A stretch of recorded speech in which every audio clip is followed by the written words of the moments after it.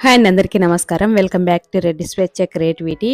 మన కిచెన్లో ఈరోజు రెసిపీ వచ్చేసి సేమియా పులిహోర.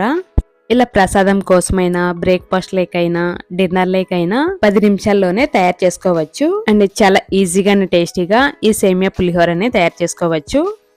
ఈ సేమియా పులిహోరని ఎలా తయారు చేయాలో చూద్దాం. ముందుగా ఒక బౌల్ తీసుకొని 3 కప్పులు వాటర్ వేసుకోవాలి. 1 కప్పు సేమియాలకి 3 కప్పులు వాటర్ వేసుకుంటే సరిపోతుంది. తర్వాత 1 టేబుల్ స్పూన్ ఆయిల్, రుచికి సరిపడ సాల్ట్, తర్వాత అంతా బాగా కలుపుకోవాలి. తర్వాత ఈ వాటర్ అన్ని మరిగించుకోవాలి. ఇలా మరుగుతున్నప్పుడు 1 కప్పు సేమ్యాలు వేసుకోవాలి. తర్వాత అంతా బాగా కలుపుకోవాలి. తర్వాత 2 లేదా 3 నిమిషాలు అంతా బాగా ఉడికించాలి.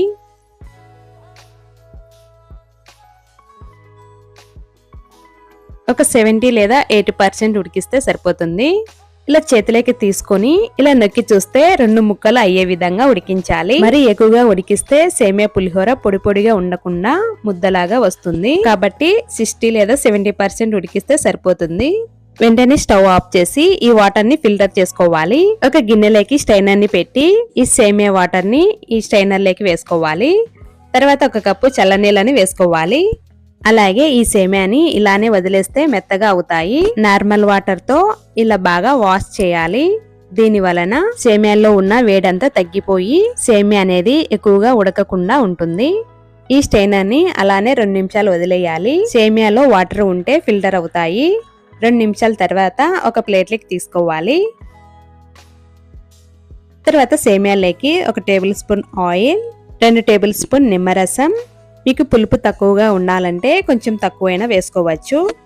తర్వాత రుచికి సరిపడా సాల్ట్. తర్వాత అంతా బాగా కలుపుకోవాలి. ఇలా స్లోగా అంతా బాగా కలుపుకోవాలి. ఇలా అంతా బాగా కలిపి పక్కన పెట్టుకోవాలి. తర్వాత ఒక ప్యాన్ తీసుకొని 1 లేదా 2 టేబుల్ స్పూన్ ఆయిల్ వేసుకోవాలి. ఆయిల్ హీట్ అయ్యాక 2 టేబుల్ స్పూన్ పల్లీలు వేసుకోవాలి. తర్వాత కొంచెం దోరగా ఫ్రై చేసుకోవాలి. ఇలా ఫ్రై చేసుకున్నాక 1 టేబుల్ స్పూన్ పోపు దినుసులు వేసుకోవాలి. ఆవాలు, జీలకర్ర, ఉద్దిపప్పు, శనగపప్పు వేసి కొంచెం దోరగా ఫ్రై చేసుకోవాలి. తర్వాత 2 టేబుల్ స్పూన్ జీడిపప్పు, తర్వాత 2 ఎండుమిర్చిని ఇలా తుంచి వేసుకోవాలి. తర్వాత అంతా బాగా ఫ్రై చేసుకోవాలి. తర్వాత 2 పచ్చిమిర్చిని ఇలా సన్నగా పొడుగ్గా కట్ చేసి వేసుకోవాలి. తర్వాత కొంచెం కరివేపాకు. తర్వాత అంతా బాగా ఫ్రై చేసుకోవాలి.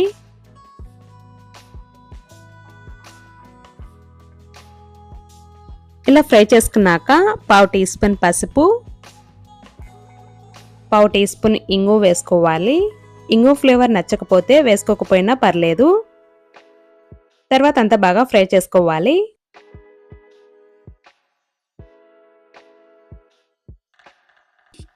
ఇలా ఫ్రై చేసుకున్నాక మనం ముందుగా ఉడికించుకున్న సేమియాను వేసుకోవాలి. మరి ఎక్కువగా కలపకుండా ఇలా స్లోగా కలపాలి. స్పీడ్గా కలిపితే సేమియా విరిగినట్టు ఉంటుంది.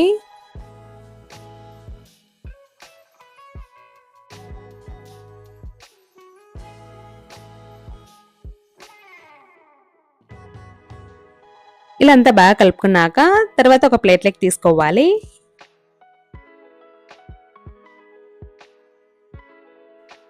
ఇలా ప్లేట్లోకి తీసుకున్నాక తర్వాత సన్నగా కట్ చేసుకున్న కొంచెం కొత్తిమీర వేసుకోవాలి.